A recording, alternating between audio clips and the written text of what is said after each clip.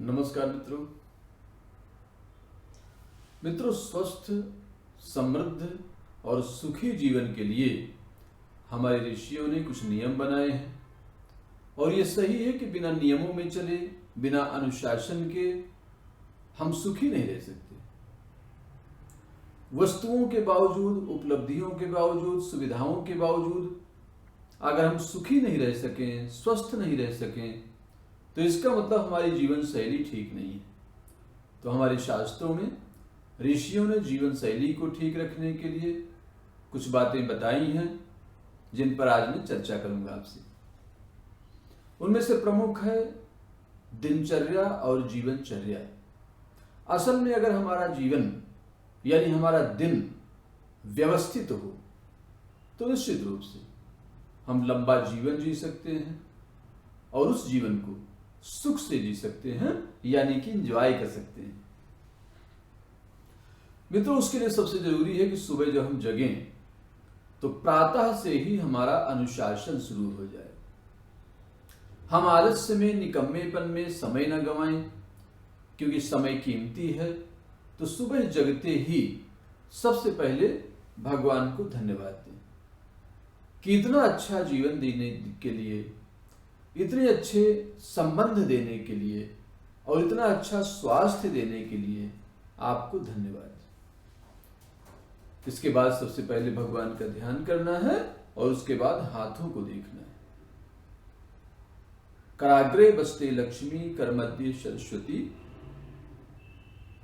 कर मूले स्थितो ब्रह्म, प्रभाते कर दर्शन। ऐसा मंत्र पढ़कर और ये चिंतन करके कि मेरे हाथ में ही मां लक्ष्मी जी, मां सरस्वती जी और ब्रह्मा जी सबका वरदान प्राप्त है और इसी हाथ से मैं अर्थ, धर्म, काम, मोक्ष सबकी प्राप्ति कर सकता हूं। तो यहां से हमारी दिनचर्या शुरू होनी चाहिए। सबसे पहले हम हाथ देखें, इसके बाद सुबह जगें और पवित्रता की ओर ध्यान दें। सबसे पहले शौच के लिए जाएं। उसके लिए जरूरी है कि पानी पिया जाए। कम से कम 1 से 2 गिलास पानी तो पिएं ताकि पेट साफ हो। जो लोग सुबह खाली पेट पानी पीते हैं, इसे हमारे आयुर्वेद में उषाहपान कहा गया है। और जो लोग ये पानी पी लेते हैं सुबह, ताजा स्वच्छ पानी, उन्हें आंखों के रोग नहीं होते, उन्हें कभी बुखार नहीं आता, उनका कभी शोक नहीं होता, सूखता नहीं है शरीर, और वो हमेशा प्रसन्न और दीर्घजीवी होते हैं। इसलिए सुबह पानी पीना है। पानी पीने से पूरे शरीर की अंदर धुलाई हो जाती है, स्वच्छता हो जाती है और शौच भी खुलकर जाता है। तो सुबह पानी पिए, इसके बाद शौच जाएं। शौच जाने के बाद अच्छी तरह से अपने अंगों को स्वच्छ करें ताकि किसी तरह की खुजली, दाद या छूत की बीमारियां ना हो। तो स्वच्छता जरूरी है और शौच के समय हमेशा दांतों को दबा कर बैठना है। ऊपर और नीचे के दांतों को यानी जबड़े को दबा कर बैठना है और जब तक शौच करना है, मल त्याग करना है, मूत्र त्याग करना है, तो ये दांत आपस में जुड़े हुए होने चाहिए। इससे आपके दांतों की लाइफ बढ़ेगी और कभी भी जबरदस्ती मल त्याग या मूत्र त्याग की कोशिश नहीं करनी है। इससे आप बहुत सारी बीमारियों से बचेंगे। स्वतः जो वेग आए, जो वेग आते हैं, जब आपकी इच्छा हो शौच जाने की, अवश्य जाइए। इसके बाद बारी आती है कुल्ला की। तो कुल्ला करने का तो दातौन का विधान है, मंजन का विधान है, लेकिन आजकल सबके पास टूथब्रश और पेस्ट है। अच्छी तरह कम से कम 3 से 5 मिनट तक धीरे धीरे दांतों की मालिश करनी चाहिए। ब्रश को ऊपर से नीचे की ओर घुमाते हुए हमेशा ब्रश करें। ब्रश करने के बाद जीभ ही जरूर करें, यानी जीभ को साफ करें। तभी आपका मुख स्वस्थ रहेगा, वाणी ठीक रहेगी और दांत लंबे समय तक स्वस्थ रहेंगे। इसके बाद बात आती है व्यायाम की। तो नियमित जो लोग व्यायाम करते हैं उन्हें कभी संधि शोथ नहीं होता, जॉइंट्स पेन नहीं होता, सिर दर्द नहीं होता, शरीर अकड़ता नहीं है और ज्यादा समय तक युवा बने रहते हैं। इसके साथ अगर आप रोज तेल की मालिश करते हैं, खासकर जाड़े के मौसम में गर्म तेल की मालिश कर सकते हैं, सरसों के तेल की मालिश कर सकते हैं, उसमें लहसुन या अजवाइन पकाकर उसकी मालिश कर सकते हैं। अगर इस मालिश को आप नहाने से पहले सुबह करते हैं तो आपका शरीर हमेशा स्वस्थ रहेगा, बल बढ़ेगा, जोड़ों में दर्द नहीं होगा, त्वचा में कांति रहेगी और मन प्रसन्न रहेगा, हमेशा उत्साह रहेगा, हमेशा स्फूर्ति रहेगी। तो इन चीजों का ध्यान देना है जिन्हें हम भूलते जा रहे हैं। और इसके बाद स्नान करना है। स्नान करने के लिए नदी में करें, नल में करें, तालाब में करें, जहां भी आपको स्वच्छ जल मिले, या घर में स्नान करें तो अच्छी तरह हाथों से शरीर की मालिश करें। एड़ी से चोटी तक हर अंग को मलना है, पानी डालना है, साबुन डालना है, साबुन से नहाना है और फिर एक सूखे तौलिए से अच्छी तरह शरीर के हर अंग को पोंछना है ताकि कहीं भी गीलापन न रहे, खासकर जांघों के बीच में। नहीं तो तरह तरह के इन्फेक्शन, खुजली, दाद, ये सब हो जाता है। तो अगर आप इन चीजों का ध्यान रखेंगे तो निश्चित रूप से बहुत सारी व्याधियों से बचेंगे जो बिना बुलाए आ जाती हैं और आपके जीवन क्रम में व्यवधान डालती है। स्नान के बाद आवश्यक है कि हम बड़ों को प्रणाम करें, अपने से बड़ों का आशीर्वाद लें और ये नित्य होना चाहिए, एक दिन का काम नहीं है।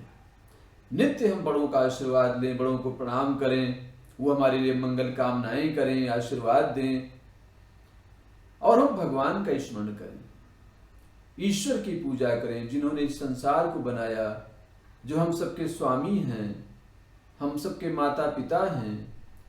त्वमेव माता च पिता त्वमेव, त्वमेव बंधुश्च सखा त्वमेव, त्वमेव विद्या द्रविणम त्वमेव, त्वमेव सर्वम मम देव देव। ऐसे भावना के साथ भगवान को प्रणाम करें ताकि हमारी आस्तिकता बनी रहे, हमारी आशा, विश्वास, श्रद्धा की ज्योति कभी मंद ना हो। इसके लिए भी आस्तिकता जरूरी है, परमात्मा पर भरोसा जरूरी है। और इसके बाद भोजन के लिए बैठे। भोजन हमेशा पवित्र मन से करना है, निश्चिंत होकर करना है। अगर भूख न लगी हो, पेट में दर्द हो, शौच जाने की इच्छा हो, ऐसे समय पर भोजन कभी नहीं करना है। भोजन करने से पहले हाथ मुंह धोएं, पैर धोएं, स्वच्छ वस्त्र से हाथों को पोंछें। इसके बाद भोजन के लिए बैठें। भोजन करने से पहले भोजन को प्रणाम करें, ईश्वर को समर्पित करें। इसके बाद भोजन को चबा चबा कर खाएं। आयुर्वेद में कहा गया है कि एक कौर को, एक ग्रास को कम से कम 32 बार चबा के खाना है, यानी कि जितने आपके दांत हैं उतनी बार चबाना है ग्रास को, तब वो लिक्विड हो जाएगा। उससे आपको धातुएं पुष्ट होंगी, उससे आपको बल मिलेगा। अगर आप जल्दी जल्दी टीवी देखते हुए, मोबाइल चेक करते हुए, बातें करते हुए भोजन निगल जाएंगे तो आंतों में गैस पैदा होगी, कब्ज पैदा होगी, एसिडिटी हो जाएगी, मोटापा हो जाएगा, पेट निकल आएगा। और ये आजकल बहुत हो रहा है। इसलिए जब तक आप अपनी जीवन शैली को, खान पान को, व्यायाम को, तौर तरीकों को ठीक नहीं करेंगे, तब तक पूर्ण रूप से स्वस्थ होना सिर्फ दवाओं और डॉक्टर के भरोसे नहीं हो सकता है। ये आपको ध्यान रखना है। भोजन करते समय यह भी ध्यान रखना है कि जहां आप भोजन कर रहे हैं वो स्थान पवित्र हो, स्वच्छ हो, वहां धूल ना हो, मक्खियां मच्छर ना हो, तेज हवाएं न चल रही हो, और जो भोजन बना और परस रहा है उसका शुद्ध और पवित्र होना बहुत जरूरी है। इसलिए प्राचीन काल में हमारे परिवार में ऐसा होता था कि जो लोग भोजन बनाते और परोसते थे वो बहुत ही शुद्ध और पवित्र होते थे, शरीर से भी और मन से भी। और भोजनालय में बाहरी लोगों का जाना मना था। अनावश्यक कोई वहां जा नहीं सकता था। ये सारे नियम इसलिए बनाए गए थे कि भोजन हमारे शरीर के अंदर जाता है, तो उसमें अगर किसी तरह की धूल, कीटाणु, बैक्टीरिया, वायरस, अपवित्रता चला गया तो वो शरीर के लिए अच्छा नहीं होगा। मित्रों, अगर आप इन चीजों का ध्यान रखेंगे तो निश्चित रूप से आप स्वस्थ रहेंगे, ज्यादा काम कर पाएंगे और ज्यादा दिनों तक अपने जीवन को एंजॉय कर पाएंगे। इसके अलावा यह भी ध्यान देना है कि अर्थोपार्जन के लिए हम प्रयास करें। जब ये दिनचर्या हमारी बन जाए, यानी कि इतना काम हमारा 9 बजे तक हो जाना चाहिए, इसके बाद हम ऑफिस जाएं, बाजार जाएं या अपने दुकान में जाएं, तो जहां भी अपने कार्यस्थल में जाएं वहां पूरी ईमानदारी से काम करें, पूरे परिश्रम से काम करें, एक सिस्टम से काम करें। और जब आप ऐसा करेंगे और उस श्रम से आपके पास धन आएगा, वो धन आपको संतोष देगा, शांति देगा, गहरी नींद देगा। और नींद में जाने से पहले स्वाध्याय जरूर करें, अच्छी किताबें पढ़ें, महापुरुषों के वचनों को सुने, श्रीमद् भगवद गीता पढ़ें, श्री रामचरितमानस पढ़ें, संतों का सत्संग सुने और अपने बारे में सोचें कि मैं क्यों आया हूं संसार में, मुझे क्या करना है और क्या मैं वैसा कर पा रहा हूं जैसा करना चाहिए। अगर ऐसा नहीं है तो महापुरुषों से सलाह लेकर, अपने से बड़ों की आज्ञा लेकर उसमें सुधार करें।